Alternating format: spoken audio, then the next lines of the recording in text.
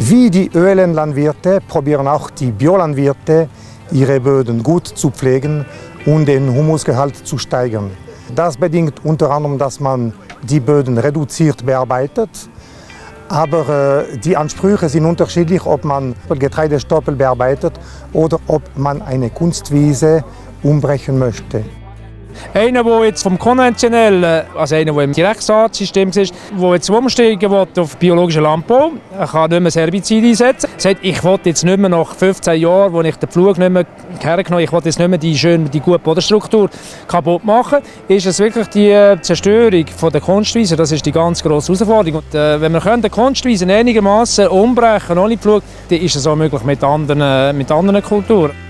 In der Demo wollen wir 7 Maschinen vorstellen, 5 Gruppen und 2 Schälpflüge als Alternative zu der oberflächlichen Bodenbearbeitung.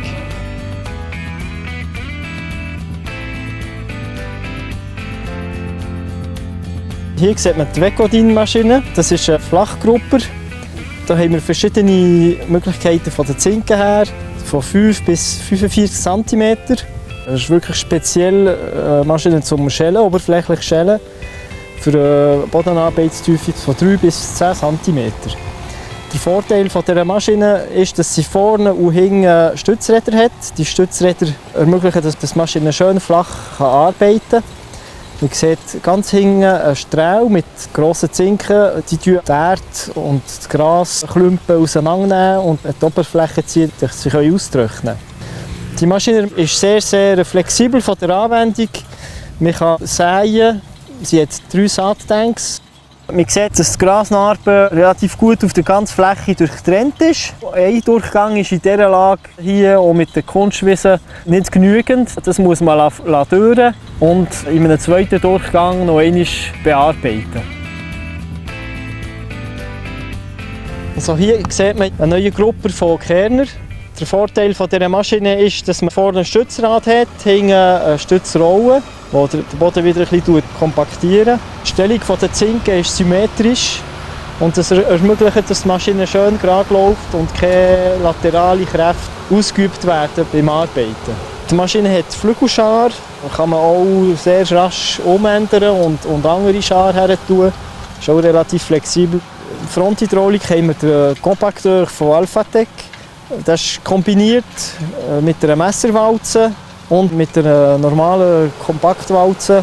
Und es ermöglicht, dass man, wenn man grosse Mengen grünes Material hat, dass man das in den Boden eintrölen kann. Hier heute wird das nicht eingesetzt, weil die Biomasse nicht genug gross ist. Man sieht, dass die Arbeitstiefe relativ tief war.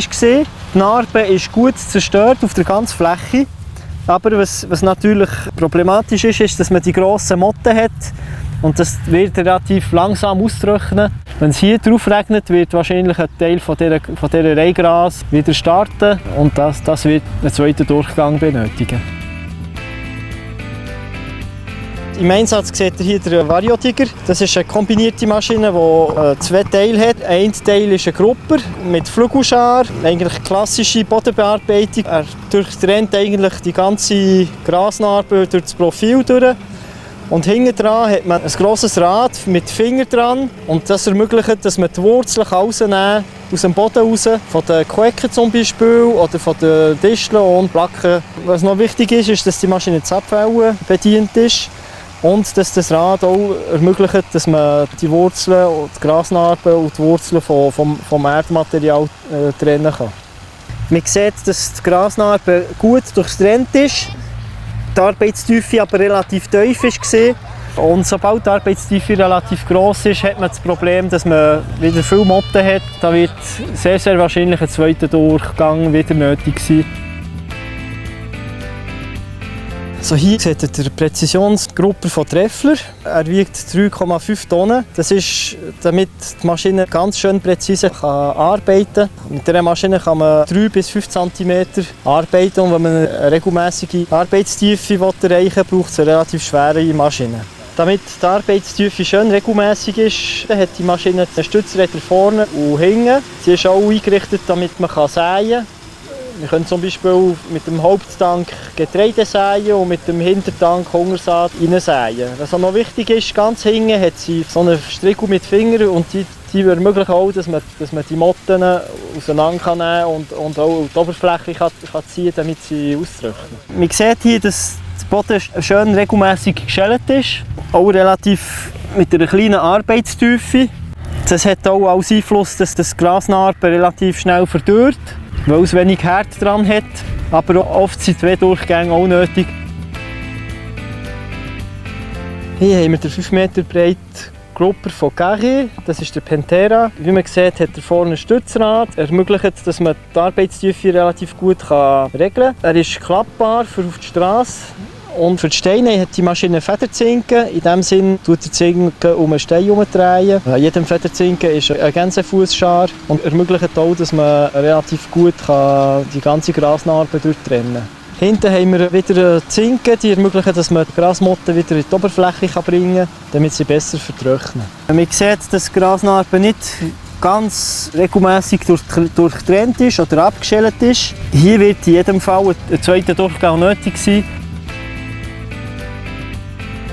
Hier sieht ihr den Typhoon von Einböck. Das ist auch wieder eine Federzinkenmaschine. Das heisst, dass sie für steinige Böden auch einsetzbar ist. Sie hat Stützräder, die ermöglichen, dass man die Arbeitstiefe gut definieren kann. Und hinten hat sie Finger, die die Grasmotten auf die Oberfläche bringen, dass sie besser austrocknen können. Die Maschine durchmischt relativ gut die Grasnarben. In diesem Sinn gibt es eine bessere Austrocknung des lebenden Materials. Die Maschine hat relativ gut den Boden durchtrennt. Man sieht auch eine relativ gute Durchmischung der Grasnarben. Hier sieht man aber auch, dass noch relativ grosse Motten bestehen. Da wird der zweite Durchgang sehr wahrscheinlich wieder nötig sein.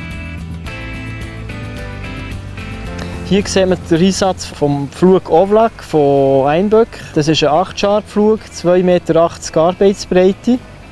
Und die Maschine ermöglicht, dass man den Boden umkehren kann, pflügen mit einer Bodentiefe von ungefähr 8 bis 10 cm. Der Vorteil von diesem Pflug ist, dass er auch on-land ist. Die Steinsicherung kann man entweder Bolzensicherung haben oder auch hydraulisch. Im Vergleich zu den Zinkenmaschinen, die wir vorher gesehen haben, kann man sagen, dass hier ein Durchgang sicher genügen wird. Hier seht ihr im Einsatz die letzte Maschine in der Demo.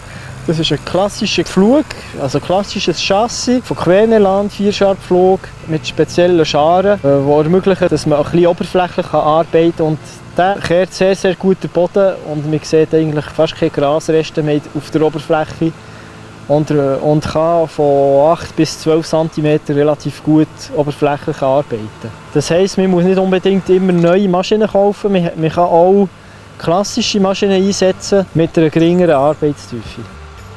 Ja, Fazit, also wenn man das Gefühl hat, wir wollen eine Kultur nachher, die wirklich nicht mehr, kein Reingras mehr kommt, kein Klee mehr, dann will man das nicht machen. Aber es ist machbar, es ist wirklich machbar. Es geht nicht darum, dass man den Pflug schlecht macht, das meine ich auch wirklich von Herzen. Man muss schon aufpassen, wenn man dann 4, 5 oder 10 Mal mit einer Maschine durchbeißt, dass irgendwie eine Wirkung da ist, dann bringt das auch nichts. Dann tut man dann gescheiter wieder mit dem Pflug arbeiten. Wir haben hier gesehen, selbst Pflüge, konventionelle Pflüge, können zum Teil in einer geringen Tiefe sehr gute Resultate erzielen, das darf man nicht unterschlagen.